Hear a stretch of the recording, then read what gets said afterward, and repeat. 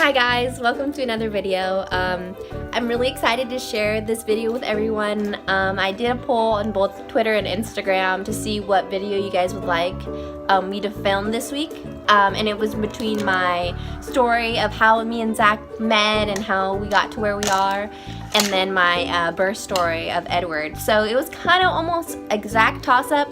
There was a little bit more votes for my birth story. So that's what we're going to talk about today. And it's a really beautiful experience for all mothers, and I just wanted to have a little disclaimer on just saying that everybody's labor and birth experience is unique to themselves and to their partners and to their child. And regardless of if you had an epidural, or if you had a C-section, or if you had a fully natural birth, or if you're a same-sex couple, or if you did, you had to get IVF, all births and all stories of parenthood are valid. And I just wanted to let all my subscribers and followers know that it's important to honor all families, even if they look different than your own. So with that said, let's get right into Edward's birth story. So Edward Joseph Bomba was born on May 31st, 2018, and he was born to me and Zachary Gundayo Bomba.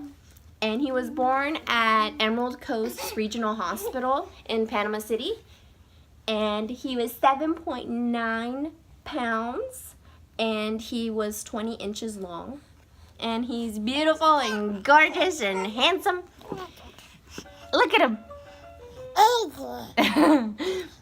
Can you say hello? Say hello, everyone. So he's now 9 months, which I'm kind of glad that I'm doing this story now, because he's been 9 months in my belly and 9 months out. So it's kind of a good refresher on our birth story and how our journey of parenthood has grown and progressed over these 9 months since he was brought into this world. So on May 31st, he was born at 5:35 in the morning. A lot of stuff went on before his actual birth. It was a little crazy the month leading up to his actual birth. Oh! Was it crazy? Do you remember it? You don't remember, silly. You don't even remember what you had for lunch. Is anybody seeing this tooth? Okay, so it was kind of crazy because we were moving out of the house, our first house that we lived in together. We moved out of there at the end of May. Milk break, sorry guys. We moved out of there in the end of May, and we kind of had a little bit of a window where we were able to be in both houses, thankfully. So we were moving out of our first house into our new place, that we were getting our nursery and everything set up, and our last day that we could be in the original apartment, their first apartment, was actually his birthday. So during that time, we were trying to get fully moved in, the nursery all set up, and try to get everything that we need in pretty much 1 month, because we didn't really want to buy a bunch of stuff beforehand and then have to move it from one house to another. So we waited to get most of our stuff until we had an original place where we were going to have our nursery. So during that time, it was kind of crazy. I wasn't able to help with the moving process because of how far along I was in my pregnancy. Zach really didn't want me lifting anything more than like a small box, which is really sweet, but I definitely could have helped out a little bit more than I did. But thankfully, we had a really good support system of Zach's military family that did help us move from our apartment to our new house. And we're really thankful for everything that they did for us, so big shout out to you guys for everything that you guys did for us.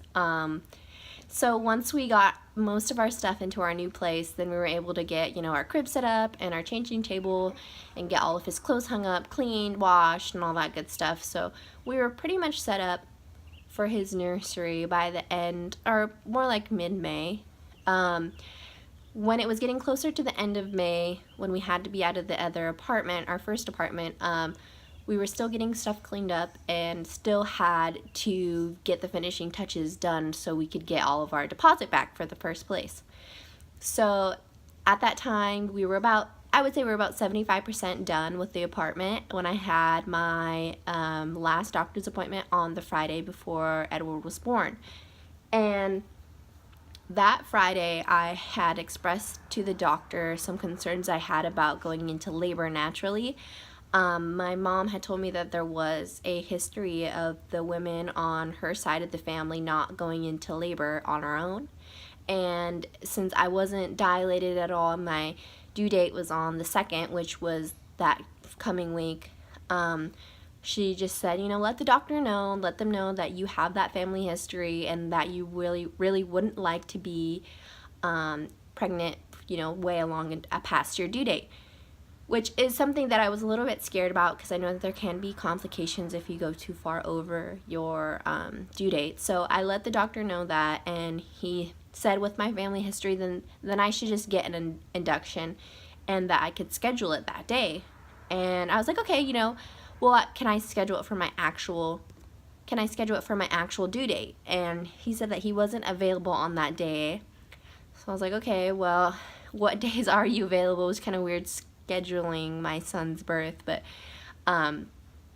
so he said that the first day that he had open was Tuesday, and that was the only day that he had open until the following week, which he didn't want me to go that far out because that was about a week past my due date.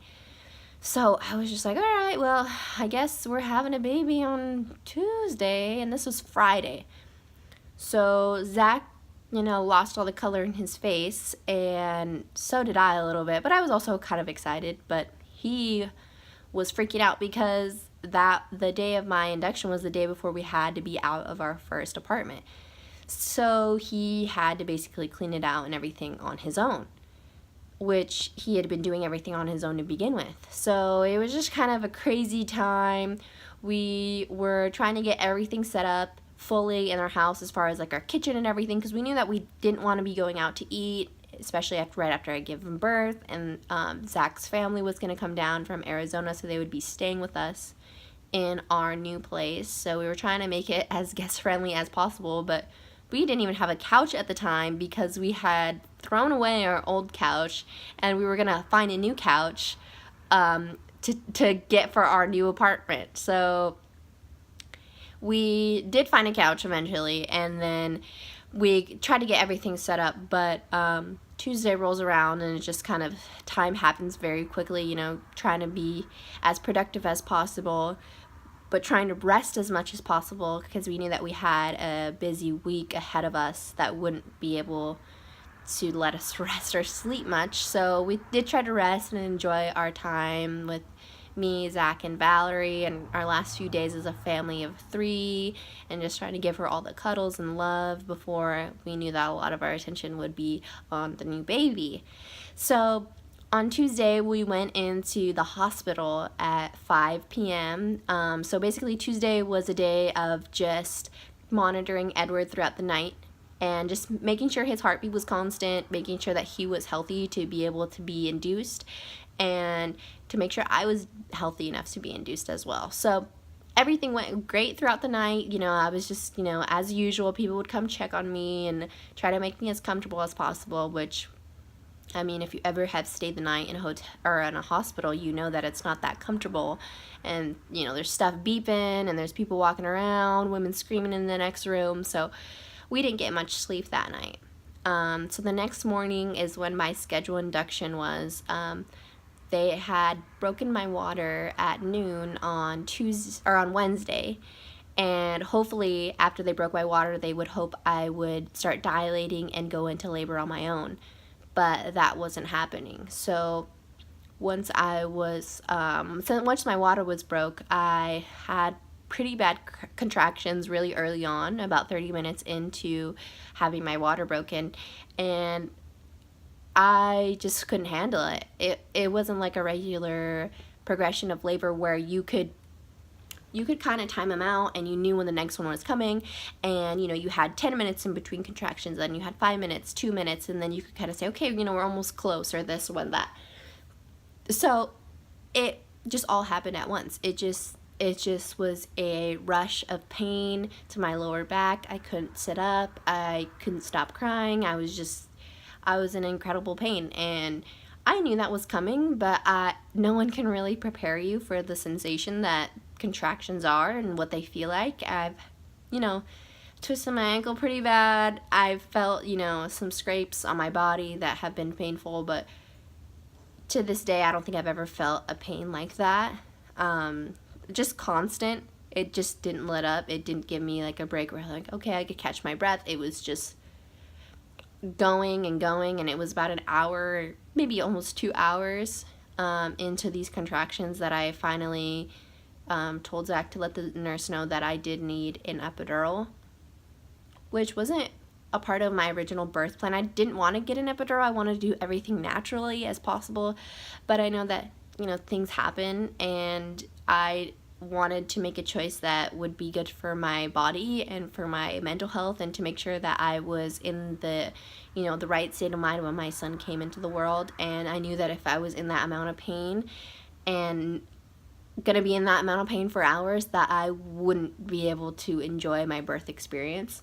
So that's just the choice that I made, and Zach was really supportive of that, although it wasn't a part of my birth plan. So we went through with the epidural, and it actually wasn't that bad. I mean, for me it wasn't. I've gotten tattoos and pricks, whatever, but I have gotten a spinal tap before, so that's a little bit similar. It's kind of the opposite of what a epidural is. So the epidural is injecting like numbing medication into your lower back, and a spinal tap is taking fluid from your back. So I kind of knew what to expect, thankfully, and I really didn't feel much. So once that was done, it was almost instantly a relief in the pain, and I was able to rest and lay down. So that entire night I was just resting, and we had been up the entire night before, so we just caught up on sleep that next day. And then it was in the late evening where we started to get ready to get the birthing process just farther along. They were putting me in different positions and trying to move my body certain directions to see if the labor could get started easier that way. If you do get an epidural and you don't go into labor in a certain amount of time, the infant can get stressed, and then you will need a C-section. So I was terrified of that. I didn't want that to happen. I've never had major surgery in my life. Me and Zach have never been through this process before, and that's just not what I wanted. And so I tried to hold out as long as possible to not get a C-section. But they did say that it was important for him to get out as soon as possible. When they broke my water, they actually did see that Edward had went to the restroom inside my stomach. So that can be really dangerous for an infant. If they swallow it, they can be choking on it in the womb. So they were really monitoring his heartbeat all throughout the night on Tuesday or on Wednesday, and it was just really scary. Like that whole time after we figured that out when my water broke. So that was at noon on Wednesday, and all until he was born, we were just worried, making sure his heartbeat was nice and strong and everything was all right. But you don't know until he's out. So that made it so the NICU nurses had to come in when he was born, and there was about 5 or 6 people in the room just to make sure that all of his vitals and everything were a-okay when he came out. So I started pushing at around 3 a.m. I really couldn't feel anything. I had an epidural. I was completely numb from the leg down, and I didn't feel him moving throughout my body at all. I didn't feel any progression, so it was hard to know what was happening. So I was pushing, and I didn't know how to push. I wasn't pushing right, and the nurse was getting mad at me. And she's like, we need him out. And I was just like, shit, I need to figure out how to do this when I can't feel my legs. So I eventually figured it out, and he was progressing a little bit, but I was needing to push for long periods of time because I couldn't control my muscles that much. So I had to push for as long as possible because I wasn't pushing as hard as I needed to.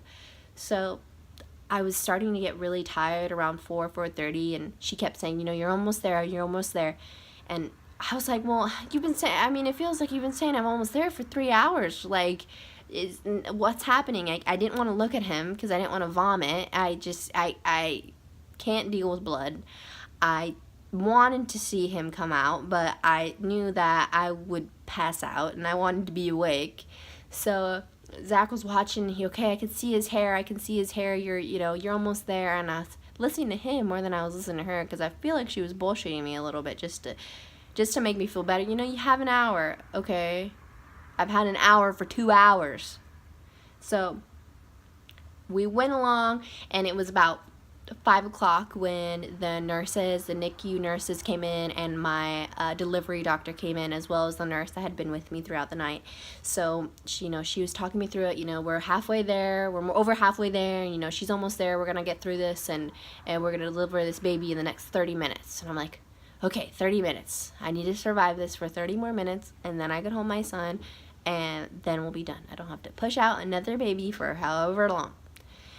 So I was trying to muster up some energy, because after pushing for so long, I didn't know, like, how much energy I could exert anymore. Like, I was almost done. I was almost about to my body was about to give up on me. And so I knew, okay, 30 minutes. And the doctor told me that. So I was like, okay, well, if the doctor is telling me this, then there must be a light at the end of the tunnel. So I was pushing, I was trying to, you know, muster up all the energy I had. And, like, I mean, if you ever given birth, you kind of know that feeling where you just you have to give it everything that you have. You have to, you know, dig down deep into the depths of your soul to get the energy to push this child out of you, because you're exhausted and you're in pain, and you've been in pain for hours and days. And so I just kind of zenned out for a moment and knew that this is what needed to happen, and I knew I wanted my son to be healthy, and I didn't want a C-section, so I powered through it. I pushed about 10 times from when the doctor arrived to when he was born, and I remember the last 2 pushes, like, most significantly, because that's when I could kind of feel him coming out, and it was like the most surreal feeling, because when you're pregnant, you know, you have this thing in your belly, and you dream of it, and you think about it, and you don't know what it's going to look like, and you don't even realize that it's like a real thing growing inside of you. You know, okay, I'm getting fat, okay, I'm puking, okay, I have weird cravings, and I want ice cream and corn in the middle of the night. But once they come out, and you could see them, and you could feel them in their fingers and their toes and their hair, and they smell like just like, I don't even know, I can't even explain it. But once you see them, and once you can make that connection with them, it was really incredible. To have that moment with my child and Zach, and we were just holding him, and I was crying, and I'll put up some not too flattering photos of my labor process, but it was really magical. And I know a lot of parents like to tell you once you're pregnant, you know, it's a love that you have never experienced in your life. You won't be able to fully explain it. You won't be able to ever tell your child how much that you love them. It will never equate to how much you truly care about them. And it's true, like, you have something in your life that you've been there since the very beginning. And I remember when they would track, you know, my progression of my pregnancy, and he was the size of a chickpea. And I remember when he was the size of a chickpea, and he couldn't open his eyes yet, or, you know, oh, this week your baby can hear you, or, oh, this week your baby, you know, can move its fingers and move its legs. And it just, like, remembering those moments, and them feeling like they were yesterday, and then seeing him now crawling and playing with Valerie and wanting to read books, and he's so smart, and he's so engaged, and it's just crazy. It doesn't even feel like I was ever without him.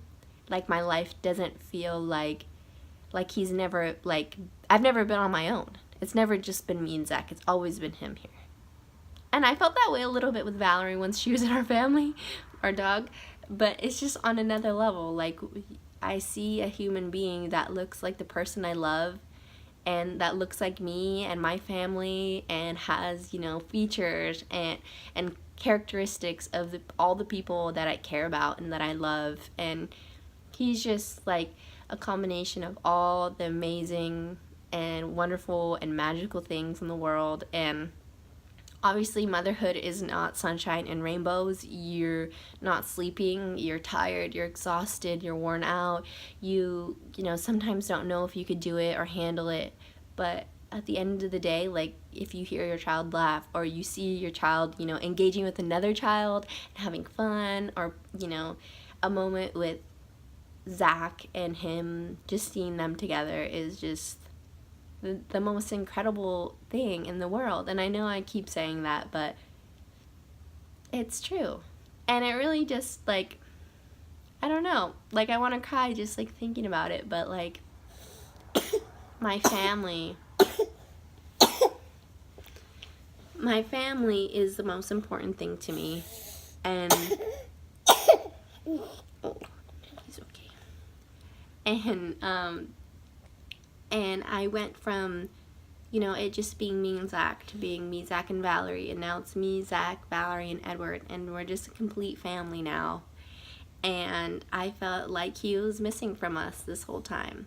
Like, we needed him to complete our family and to bring us closer and to bring so much joy into our lives, into other people's lives. It's just, it's a blessing to see, you know, my mom and my dad, you know, love him and care about him, and they bring joy into their lives. And seeing Zach's parents just feel the same way and have, like, you know, Zach's mom will say that he does stuff just like Zach, and her having those feelings again when he was a child, and just seeing people's faces light up when they see him, people that don't even know him. It's just, I feel blessed to be his mother, and I know that Zach feels blessed to be his father.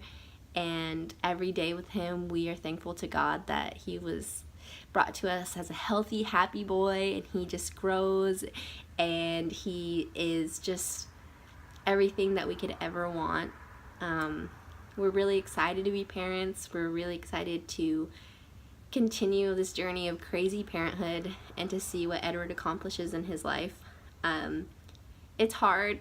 I mean, if you're thinking about having kids, it's amazing. It's beautiful, the experience, but it's really hard. And you have to have a good foundation to be able to not lose your mind.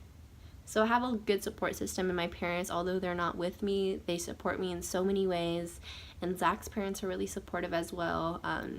Zach is always there for me. He's always playing with Edward, and he works so hard for us, and we're just so grateful for everything that he does to keep our family running and happy and healthy. And it's just a really happy story to share with you guys. And I really just give credit to all the moms out there, and all the parents and the dads and all the aunts and uncles that are playing roles in raising children.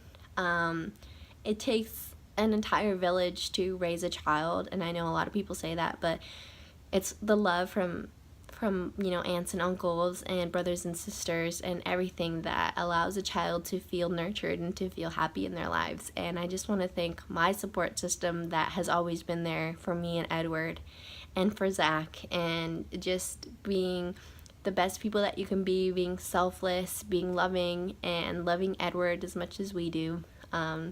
He's incredible. You guys are incredible. I am so happy to be able to share this story with you, and I will continue to share Edward's life and our family lives with you guys. It's been a wild ride. It gets crazier every day, but we love it, and we can't wait for more. So thank you guys for listening to my story. If you guys have any birth stories or anything that you'd like to share, please put it in the comments below. If you'd like to see more content throughout the week, I do have an Instagram and Twitter account that I will link on the screen. So go ahead and give me a follow and see all my craziness on there. So thanks, guys. Have a great day.